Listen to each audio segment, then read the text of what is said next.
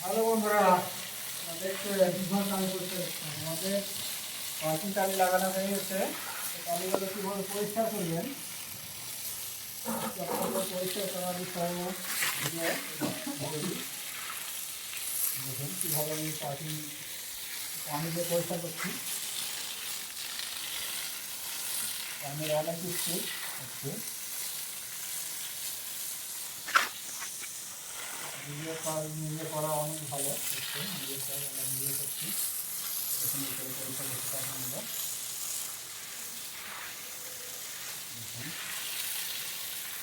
এভাবে আপনাদের বাসা বাড়িতে আপনারা পরিষ্কার রাখতে পারেন। এভাবে মনে রাখবেন।